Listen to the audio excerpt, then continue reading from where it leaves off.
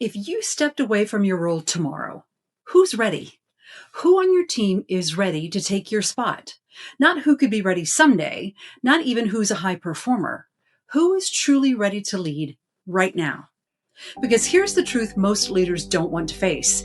If your organization depends on you to function, you haven't built leaders. You've built dependency. And I say that with a lot of respect because I've lived it. But let me take it one step further. If your team can't function without you, that's not leadership. That's ego, however unintentional. Now, before you push back on that, stay with me. Because this isn't about arrogance. It's about identity. Somewhere along the way, many leaders start to believe, I'm the one who has to have all the answers. I'm the one who keeps this whole thing moving. If I don't step in, it won't get done right. And on the surface, that looks like responsibility. It looks like ownership. It might even look like leadership. But underneath, it's creating something incredibly dangerous, because every time you step in with the answer, every time you fix the problem, every time you tell instead of ask, you're training your team to need you. You're reinforcing the belief, don't think, just check with me. And over time, that creates a cycle. They bring you more, you carry more, they grow less, and you burn out more. Here's the part most leaders don't connect. Dependency doesn't just exhaust you. It quietly erodes your team's confidence. Because if they're always coming to you for the answer, they start to believe any ideas they might have aren't needed or wanted. And now you don't just have a capacity problem, you have a confidence problem on your team. I want to share a real scenario with you from one of my real clients. I recently worked with a C-suite executive. We'll call her Kate. Kate was everything you'd want in a leader. She was engaged, accessible, supportive. She met regularly with her direct reports and was deeply invested in their success. At least she thought she was. But despite all of that, her team wasn't truly growing. Decisions still funneled through her. Leadership bench strength was thin. Succession planning was more aspirational than accountable. Kate was doing what most leaders do. She was leading with good intentions, but without a deliberate development strategy. The breakthrough came when Kate recognized a simple but powerful truth.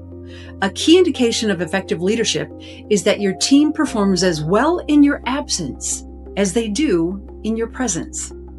Kate realized that her need to control, to give answers instead of sparking independent thought and problem solving, was the biggest obstacle to her team's progress, both individually and collectively. When we started unpacking her leadership style, she realized something that she'd never seen before. She was incredibly decisive, brilliant under pressure, quick to solve, and those strengths had made her successful. But those same strengths were now the very thing keeping her team stuck. Because she was telling all the time, not in a harsh way, not even in a controlling way, in a helpful way, in a let me save you time way, in an I already know the answer way. And what she began to see is that every time she told, she robbed her team of the opportunity to think. And every time she answered quickly, she slowed down their development. So she made a shift, a hard one. She replaced telling with asking. And at first, it felt inefficient. It felt slower. It felt uncomfortable. But instead of saying, here's what we're going to do, she had to ask instead, what do you think we should do? What are your thoughts? What have you already tried? Where else might you find a solution? Instead of jumping in with, just handle it this way, she began to ask, what options have you considered? And instead of solving the problem, she sat in the silence long enough for her team to step into it. And let me tell you something, that silence, that's where leadership impact happens, because that's the sweet spot. But most leaders avoid it because silence feels like loss of control. Silence feels like inefficiency. Silence feels like risk. But what if that silence is actually the space where leaders are born? Because when you ask instead of tell, three powerful things happen. Number 1, you activate ownership. Now it's not your idea, it's theirs. And people always execute at a higher level on what they own. Number 2, you build decision-making muscle, because leadership is not about knowing, it's about thinking. And if they don't practice thinking and thinking differently, they will never become the leaders they could be. And number 3, perhaps most importantly, you free yourself, because now you're not the bottleneck. You're not the hub of every decision. You're not carrying the entire organization on your back. And this is where burnout begins to disappear, because burnout isn't always about workload. It's about how you carry the load. If everything flows through you, of course you're exhausted. But if you build leaders, now the load is shared, distributed, sustainable. And here's the deeper truth. Telling feels faster in the moment, but it creates slowness over time. Asking feels slower in the moment, but it creates speed over time, because now you have more people thinking, more people leading, more people taking initiative, more people owning outcomes. So let me ask you, let me challenge you with something. The next time someone comes to you with a problem, before you answer, pause and ask yourself, am I about to solve this or develop someone?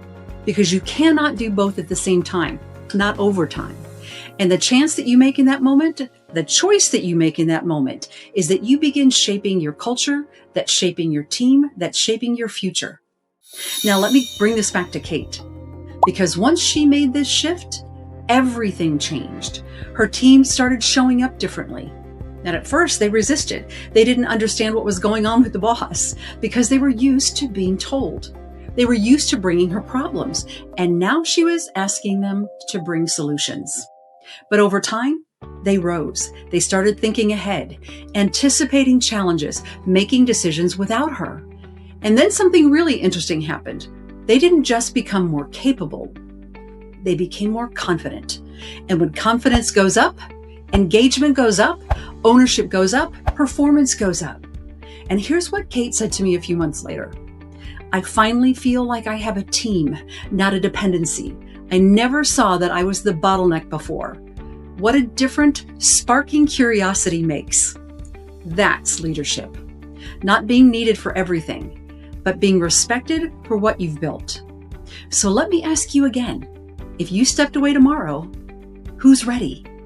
And maybe the better question is, where might your leadership unintentionally be creating dependency? Where might your need to help, to solve, to move things forward quickly, actually be slowing down the growth of your people? Because this is the leadership paradox. The more indispensable you make yourself, the less scalable your leadership becomes. But the more leaders you build, the more freedom you create for your team, for your organization, and for yourself. So if you're ready to shift on this, let me give you one simple practice to start today. The 3-question rule. Before you give an answer, ask, what do you think? What options have you considered? What do you recommend? And then listen. Let them wrestle with it. Let them think. Because them stepping into the space you've always filled is profound. Because that's where their next level lies. That's where your next level lies too. Because leadership isn't about being the smartest person in the room. It's about creating a room full of leaders. And when you do that, you don't just grow results, you grow people, you grow capacity, you grow legacy. And at the end of the day, that's the real measure of leadership. So if this conversation is hitting something for you, if you're realizing that maybe you've been carrying more than you need to, or building more dependency than you intended to, you don't have to figure this out alone. This is exactly the work that I do with leaders every day, through one-on-one executive coaching, through leadership team development, and through EPAC, my executive peer advisory community, where leaders come together to challenge each other, to develop each other, and grow into the kind of leaders their organizations actually need. This is the ultimate truth, that choice is your superpower. And one of the most powerful choices you can make as a leader is to stop being the answer and start building the people who create them. If you're ready for that next level, reach out. Let's start a conversation. Links to connect with me can be found below. And if you found this video to be helpful, I'd invite you to subscribe and to share this with someone who will benefit. And I'll see you in the next video.